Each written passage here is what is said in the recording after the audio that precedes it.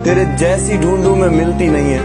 वाह वाह, घड़ी वक्त की तेरे बिना हिलती नहीं है। वाह, ये सारी लुटाती मुझ पे खुद को, बस तेरे आगे मेरी चलती नहीं। বিরাট কোহলির ফ্যান শুধু ভারতবর্ষেই নয়, সারা বিশ্ব জুড়ে রয়েছে বিরাট কোহলির ফ্যান। গুণে তা কখনোই শেষ করা যাবে না। বিরাট কোহলির বড় ফ্যান ইংল্যান্ডের প্রাক্তন ক্রিকেটার নাসির হোসেন। তিনি এও বলে দিলেন, কোহলির না থাকায় বিশ্ব ক্রিকেটের বড় ক্ষতি। তবে বিরাট না থাকায় বড় ধাক্কা লেগেছে ভারতীয় শিবিরে। ইংল্যান্ডের বিরুদ্ধে টেস্ট সিরিজের প্রথম 2 ম্যাচে ব্যক্তিগত কারণেই ছিলেন না বিরাট কোহলি। বুধবার রাতে শোনা গেল সম্ভবত পরের 2 ম্যাচেও থাকছেন না কিং কোহলি। তবে এই নিয়ে প্রাক্তন ইংল্যান্ড অধিনায়ক নাসির হোসেনের মতে, কোহলি না থাকায় ভারতের জন্য বড় ক্ষতি, কিন্তু তার পরিবার এবং ব্যক্তিগত জীবনই অবশ্যই আগে।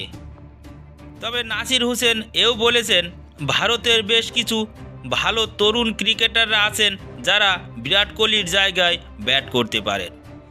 প্রাক্তন ইংরেজ অধিনায়ক বলেন, এটা ভারতের জন্য ধাক্কা, এই সিরিজের জন্য ধাক্কা, ক্রিকেট বিশ্বের জন্য ধাক্কা। এটা এক স্পেশাল সিরিজ, ইতিমধ্যেই তা বোঝা গিয়েছে। প্রথম 2 ম্যাচ চিত্তাকর্ষক হয়েছে, আর কোনো সন্দেহ নেই এতে।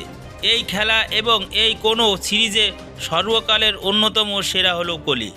কোহলি তার মতে কাউকে যে কোনো দল মিস করবেই। হোসেনের একটা আক্ষেপ হলো, কোহলি না থাকায় তার সঙ্গে জেমস অ্যান্ডারসনের যে দৌরত্ব, সেটা আর দেখা হলো না।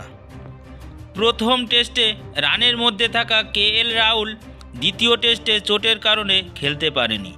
সম্ভবত রাজকোটে তিনি ফিরছেন এবং কোহলির 4 নম্বর স্পটে তিনি ব্যাট করবেন।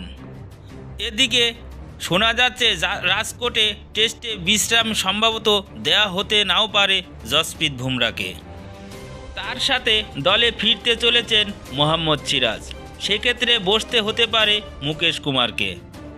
রবীন্দ্র জাদেজার দলে ফেরা নিয়ে একটু ধোঁয়াশা রয়েছে, তবে অবশিষ্ট টেস্ট সিরিজে তার ফেরার সম্ভাবনা রয়েছে প্রবল।